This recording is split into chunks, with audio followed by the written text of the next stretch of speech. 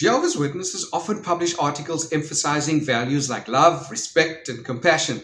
And one such article titled Why Respect for Others Matters outlines the importance of respect toward oneself, family, others, and life itself. On the surface, this message resonates positively, encouraging values that many hold dear. But the underlying hypocrisy becomes apparent when set beside the witnesses' doctrines and actions toward those who do not belong to their faith.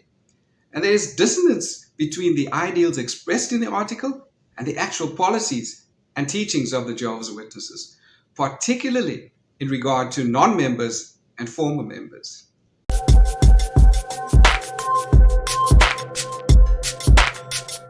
The article presents respect as a universal value applicable to all human beings. It underscores the sanctity of life, the importance of treating others well, and the duty to care for one's family. Now, at first glance, this emphasis on respect appears inclusive and compassionate. Jehovah's Witnesses promote family unity, moral integrity, and personal well-being, all of which are core principles that most societies value. The article states this: what you can do, whether at school or at work, respect all people even if you don't share their views. Identify things that you can agree on. That will help you to avoid becoming critical or judgmental. Then it quotes this scripture: stop judging that you may not be judged. That's according to Matthew 7 verse 1. Treat others the way you want to be treated. If you are considerate and fair with others, they will be more likely to return the favor. Just as you want men to do to you, do the same way to them. That's according to Luke 6 verse 31.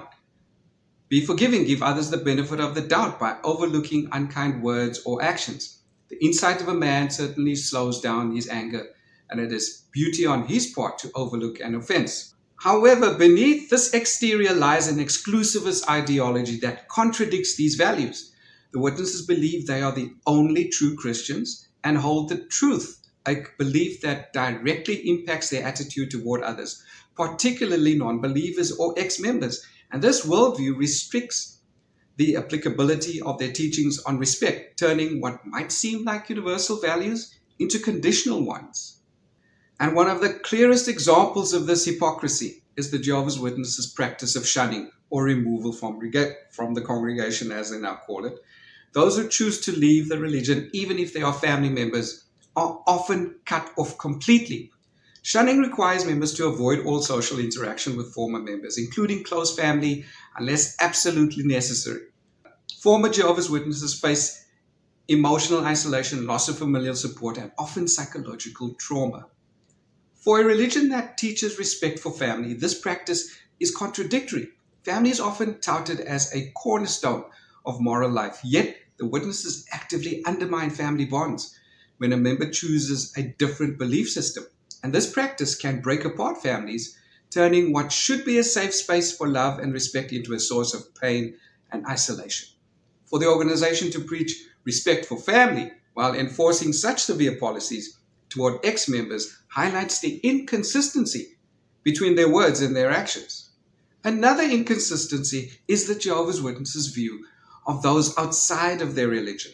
The organization's literature and videos constantly present the world as a hostile, immoral place that true Christians must avoid.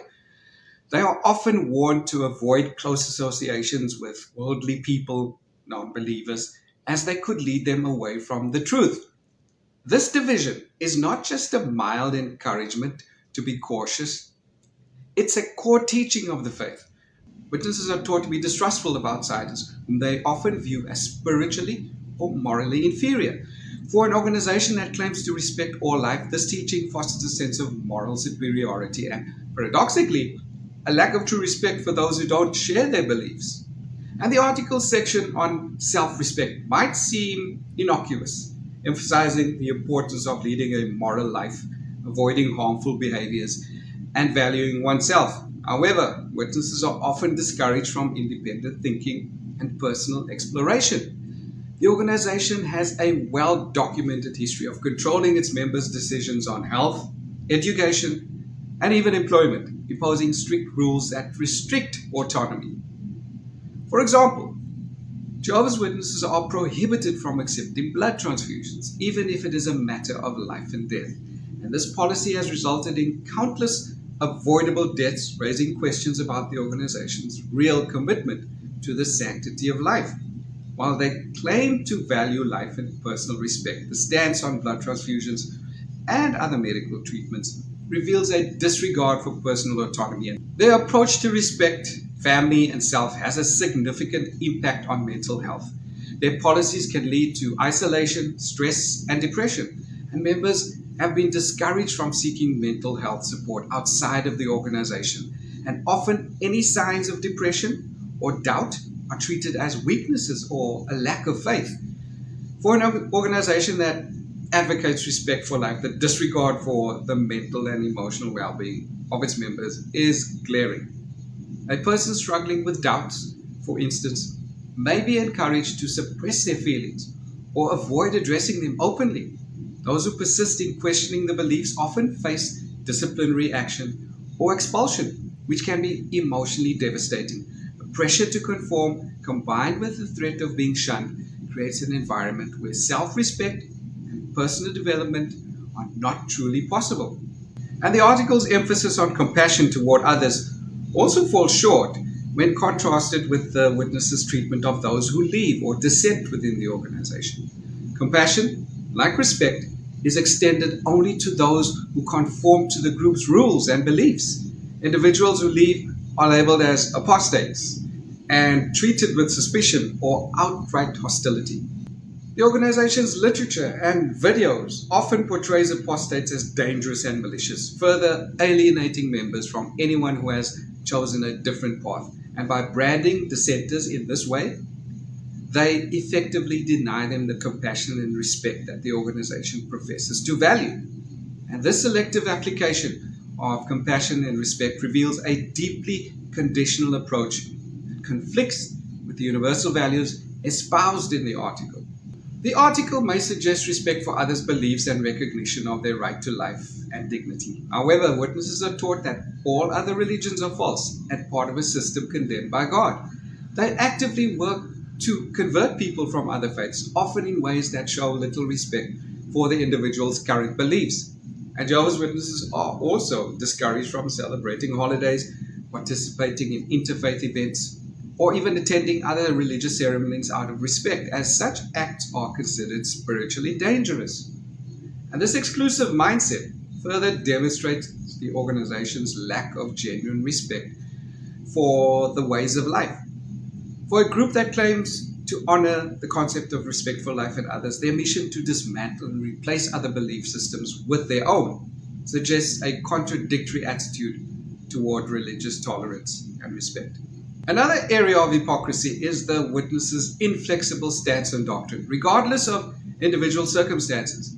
For example, if a witness is in a dangerous situation, such as an abusive marriage, the organization has strict rules that complicate the ability to leave or seek help outside the congregation, and this rigidity can put individuals at risk, as their personal safety and well-being are often secondary to the organization's interpretation of biblical teachings. This unwillingness to accommodate individual circumstances reflects a disregard for personal safety and autonomy. The message that all life is sacred seems hollow when the organization prioritizes adherence to doctrine over the well-being of its members. So the article offers an idealized view of respect as a universal value, yet their doctrines and practices reveal a different reality. While they claim to value family respect and the sanctity of life, these principles are often applied selectively, contingent on adherence to their beliefs. And those who leave the faith, those who think differently, and those who belong to other religions are often excluded from this respect, as they are seen as a threat to the organization's doctrinal purity.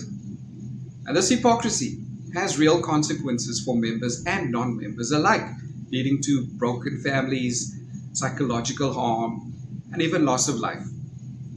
They may sincerely believe in the values they preach, but their organizational policies and teachings create a framework that undermines the very ideals of respect, compassion, and love they promote.